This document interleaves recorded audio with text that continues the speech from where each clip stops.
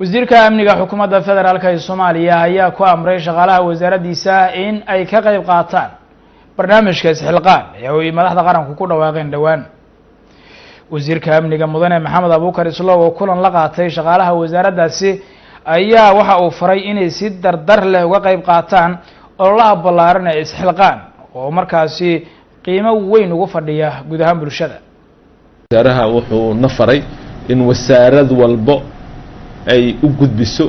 tubahaas la soo sheegay marka ka wasaaradda amni ahaan waxaana qusay tubta amniga iyo cadaaladda marka tubtaas aan maanta kala hadlayay in wasaaradda amniga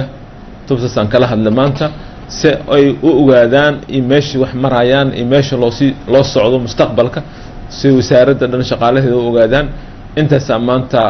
siiyay warbixintooda. sidoo kale waxaan kala hadlay in musuqmaasuqa aan loo dulqaadanaynin in musuqmaasuq laga fogaado iyo si uu shaqeey lahaayeen hay'adaha amniga. sidoo kale waxaan kala hadlay barnaamijka uu ilaamiyay isxilqaan madaxweynaheena Maxamed Cabdullaahi Farmaajo isxilqaan waa kala hadlay arintaasna ra'iisul wasaaraha wuxuu amar ku baxshay in wasaarad walba iyo hay'ad walba ay ka shaqeeyaan khamiis walba oo dadkaasna la xaadirin doono oo qof walba waqti u galsho ugu yaraan dhowr saacadood oo isxilqaan ku shaqeeyo inta maanta kala hadlay